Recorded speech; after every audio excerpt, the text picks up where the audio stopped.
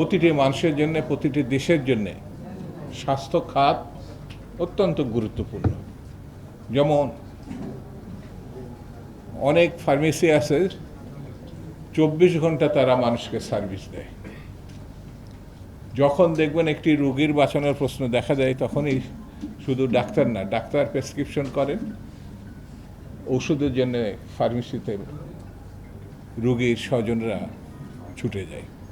সেই জন্যে স্বাস্থ্য খাতে যারা কাজ করেন, ডাক্তার, হাসপাতাল, নার্স, ফার্মেসি তার ভিতরে অন্যতম। এই কাজকে যারা জীবনের ব্রত হিসাবে নিয়েছেন, জীবনযাপনের বেঁচে থাকার ব্রতই তেমন সমাজের একটি অত্যন্ত গুরুত্বপূর্ণ দায়িত্ব পালনও বটে। যেমন এখন স্বাস্থ্য খাতের সবথেকে বড় ধরনের ঘটনা হচ্ছে হাম। যে হাম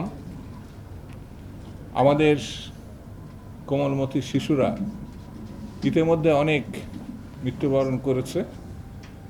এই প্রসঙ্গটিতে আমরা উত্তরাধিকার সূত্রে পেয়েছি। আমরা ইতিমধ্যে পত্রিকা মারফত জেনেছি ইউনিসেফ একাধিকবার, প্রায় 5 থেকে 6 বার লিখিতভাবে তৎকালীন সরকার, আগের সরকারকে তারা সতর্ক করেছিল, কিন্তু সেই সরকার, এমনকি এটা আওয়ামী লীগ আমলেরও অনেক ব্যর্থতার একটি হচ্ছে এই হাম। আওয়ামী লীগ, অন্তর্বর্তীকালীন সরকার, ব্যর্থতাটা এখন বিএনপির ঘাড়ে এসে পড়েছে।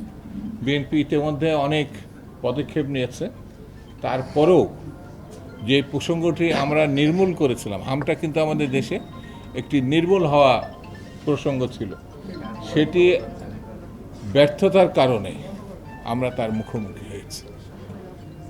সরকার অত্যন্ত জরুরি ভিত্তিতে সিরিয়াসলি এই প্রসঙ্গটি গ্রহণ করেছে। আমার মনে হয় এই ক্ষেত্রেও ফার্মাসিস্টদের অত্যন্ত দক্ষ ভূমিকা এবং সেবামূলক ভূমিকার একটি অংশ হিসাবে তারাও, আমার মনে হয় অনেক ফার্মেসি হয়তো দেখা গেল 7টা, 8টা, 10টার মধ্যে বন্ধ করত।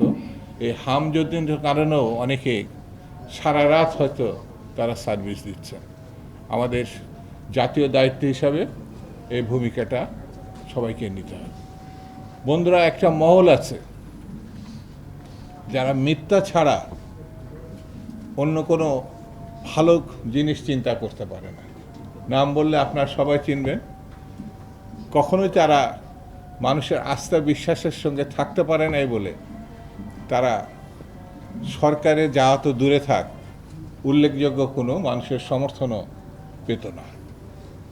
এরা ইসলামকে ব্যবহার করে ইসলামের বিরুদ্ধে ভূমিকা পালন করে। এরা এমনই একটি অংশ রাজনীতিতে, মিথ্যা ছাড়া এদের আর কিছু নাই। সেটি হচ্ছে জামাতে ইসলামী, যারা জামাত এবং ইসলামকে নিয়ে এক ধরনের ব্যবসা করে। বাংলাদেশে এখন যে অপকর্মগুলো আমরা বিভিন্ন ক্ষেত্রে দেখছি, তা যদি ক্যাটাগরি আমি আলোচনা করি তাহলে তারা হয়তো কষ্ট পাবেন, কিন্তু বাস্তবতা হচ্ছে যত অকর্ম হচ্ছে সেই অকর্ম তারা করছে, কিন্তু প্রসঙ্গটি সরকারের উপরে চাপিয়ে দেওয়ার চেষ্টা করছে। আমি পরিষ্কার করে বলি,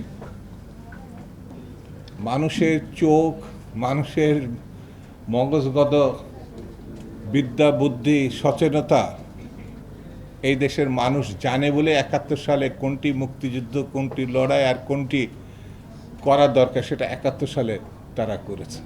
এই দেশের কৃষক, শ্রমিক, একেবারে নিম্ন শ্রেণীর মানুষরাও বুঝেছিল পাকিস্তান থাকবে না, মুক্তিযুদ্ধে যেতে হবে। কিন্তু একটা গোষ্ঠী পাকিস্তান রক্ষা করার জন্যে ব্যতিব্যস্ত হয়েছিল এবং এদেশের নারী নির্যাতন এবং মুক্তিযোদ্ধাদের সবথেকে বেশি খুন এবং হত্যা করেছে যে শক্তিটি, সেটা জামাতে ইসলাম। এটা ইতিহাসের ধারা। এরা কখনো সঠিক সিদ্ধান্ত নিতে পারে না। এরা পাকিস্তান আন্দোলন 47-এ পাকিস্তানের পক্ষে ছিল না, এরা ছিল ব্রিটিশের পক্ষে। 71 সালে এরা এই দেশের মানুষ যখন জানতো বাংলাদেশ অবধারিত, তখন বাংলাদেশের পক্ষ নেয় নাই, তারা নিয়েছিল পাকিস্তানের পক্ষ। এরা যখন মুখোশ পরে এই দেশের ভালো কথা বলতে তারা তাদের উৎকর্ষতা তুলে ধরার চেষ্টা করে, তখন আমাদেরকে হুঁশিয়ার হতে হবে। হুঁশিয়ার হতে হবে এই কারণে, এরা ইতিমধ্যে মানুষের কাছে বট বাহিনী হিসাবে চিহ্নিত।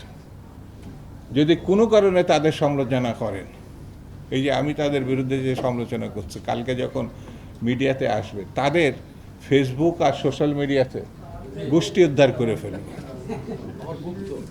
ওই যে একটা গুপ্ত শব্দ বসে, এবং এটা বললে পরে তারা আবার সহ্য করতে পারে না। ইউনিভার্সিটি এখানে জুয়েল যেমন আছে, আমাদের সাবেক ছাত্র নেতারাও আছে, তারা মনে করছিল যে বিশ্ববিদ্যালয়গুলো তারা দখল করেছে।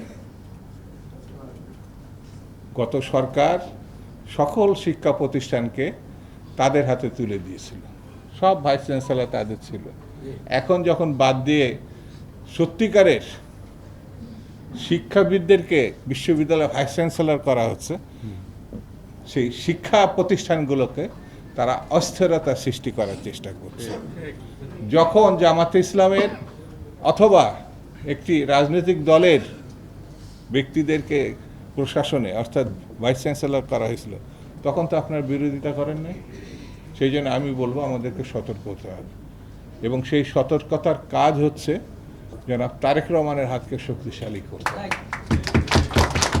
বিএনপি পরীক্ষিত একটি রাজনৈতিক দল, 18 বছর ধরে স্বৈরতন্ত্রের বিরুদ্ধে এখানে এমন কোনো নেতৃবৃন্দ যে নেই যাদের বিরুদ্ধে মামলা হয় নাই। আমার এই যে পিছনে বাস আমার সঙ্গে যারা আছেন, বিএনপির এমন কোনো কর্মী ছিল না যার বিরুদ্ধে মামলা ছিল না, গুম হয় নাই, জেলে যায় নাই, নির্যাতনের মুখোমুখি হয় নাই। এটা পরীক্ষিত রাজনৈতিক দল। এটা শহীদ জিয়া, বেগম জিয়ার দল।